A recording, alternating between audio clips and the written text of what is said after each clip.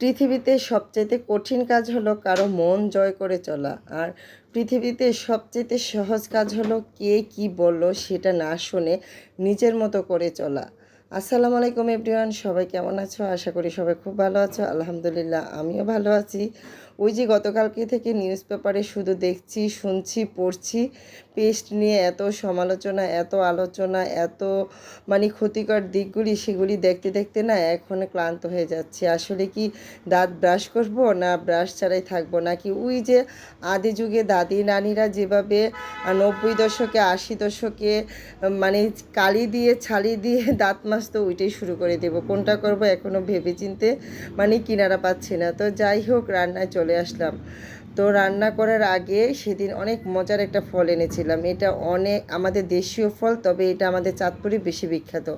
আমাদের এলাকায় এটা অ্যাভেলেবেল পাওয়া যায়। আমাদেরও অনেক গাছ আছে, আমাদের পুকুর পাড়ে, রাস্তার পাশে, বাড়ির পাশে এত বেশি এই ফলটা পাওয়া যায়। আমরা অনেক পছন্দ করে খাই।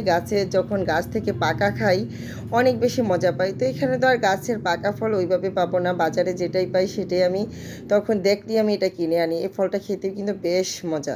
তো যাই হোক, একটু এটা ডেওয়া ফল, আসলে কোন অঞ্চলে কী নামে ডাকে এটা আমার জানা নাই। তো যাই হোক, রান্নার আগে ডেওয়া ফলটা একটু ভর্তা করে খেয়ে তারপর রান্নায় চলে আসলাম। প্রথমে আমি ঢেঁড়স ভাজি করে নিলাম। বাবারে, যে সবজির দাম কি বলবো! বাজারে গেলে তো এখন চোখ মাথায় উঠে যায়, এক অবস্থা। এত সবজির দাম বেড়ে গেছে এখন।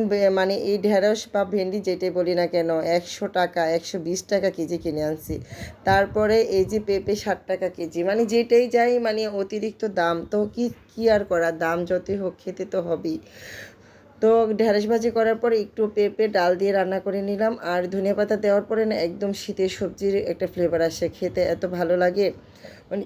পেঁপে তরকারিটা আমার অত একটা বেশি পছন্দ না, কিন্তু ইদানিং ডাল দিয়ে রান্না করার পরে না খেতে বেশ মজাই লাগে। আমরা সবাই খুব মজা করে খাই। তারপরে এই যে নদীর কিছু মাছ ছিল ফ্রিজে, সেই মাছগুলি ভালো করে লবণ মরিচ দিয়ে ভেজে তারপরে মশলাটা কষিয়ে, ফ্রোজেন করা কিছু টমেটো ছিল সেটা দিয়ে সুন্দর করে কষিয়ে মাছগুলি দিয়ে রান্না করতেছি।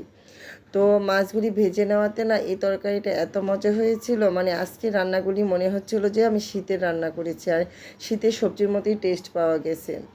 তো যাই হোক, এখন টমেটো যেহেতু পরিমাণে অল্প দিয়েছি, একটু আম দিয়ে দিলাম যেন হালকা একটু টক টক লাগে, খেতে যেন ভালো লাগে। তো এইভাবে রান্না করলে না দেখা যায় আমার ছেলেও অনেক বেশি পছন্দ করে খায়। তার টমেটোর সিজনের চাইতে এই সিজনে টমেটো দিয়ে মাছ রান্না করলে সে অনেক বেশি পছন্দ করে। তো রান্নাবাড়ি শেষ, খাওয়া দাওয়া শেষ। বিকালের দিকে বাইরে থেকে সিঙ্গারা কিনে এনেছিল। বাইরের খাবার খাওয়া হয় না, তবে মাঝে মধ্যে কেউ যদি ফ্রি কিনে এনে দেয় তখন খেতে কিন্তু ভালোই লাগে। তারপরে এই যে ডাবের শাঁস, এটা কিন্তু অনেক পছন্দ। ডাবের পানির থেকেও ডাবের শাঁসটা আমরা অনেক পছন্দ করে খাই।